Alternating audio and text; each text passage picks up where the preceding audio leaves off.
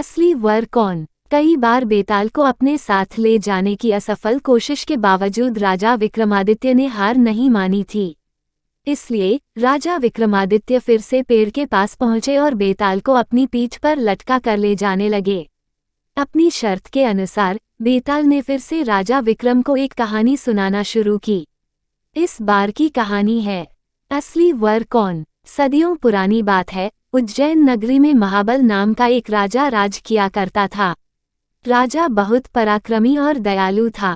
उसकी एक बेटी थी जिसका नाम महादेवी था। महादेवी बहुत सुंदर और सुशील लड़की थी। जब वह विवाह योग्य हुई तो राजा महाबल ने उसके लिए योग्य वर की तलाश शुरू कर दी।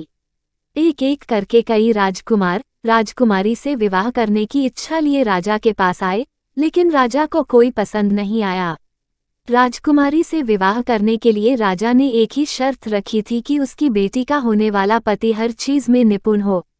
इस तरह कई दिन बीत गए, लेकिन राजा को कोई अपनी बेटी के लिए योग्य वर नहीं मिला।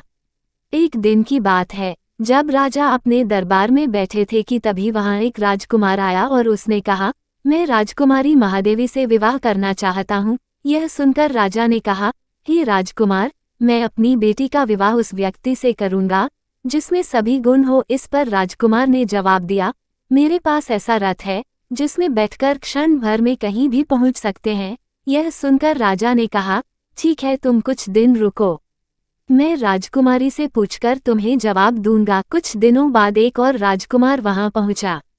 उसने राजा से कहा, मैं त्रिकालदर्शी हूँ और भूत, वर्तमान व भविष्य तीनों देख सकता हूँ।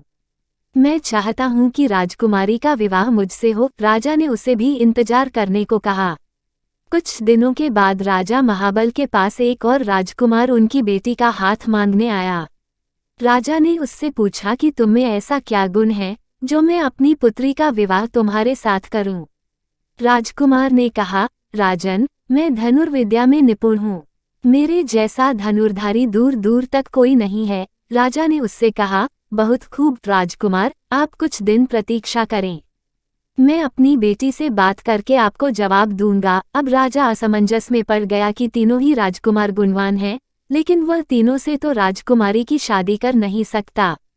तो अब सवाल यह था कि राजकुमारी का विवाह किससे होना चाहिए। वहीं दूसरी ओर एक भयानक राक्षस राजकुमारी महादेवी पर नजर लगाए बैठा था और एक दिन मौका मिलते ही वह राजकुमारी को उठाकर ले गया। यह खबर जैसे ही महल में फैली तो राजा, रानी और तीनों राजकुमार एक जगह इकट्ठा हो गए। त्रिकालदर्शी राजकुमार ने बताया कि वह राक्षस राजकुमारी को विंध्याचल पर्वत पर ले गया है। इस पर पहले राजकुमार ने कहा, मैं अपना रथ लेकर आता हूँ, हम सब उस पर बैठकर विंध्याचल चल सकते हैं। तीसरे राजकुमार ने अपना तीर कमान निकाला और कहा, मैं उस राक्षस को मार गिराऊंगा। इसके बाद तीनों राजकुमार रथ पर बैठकर विंध्याचल पर्वत की ओर चल पड़े।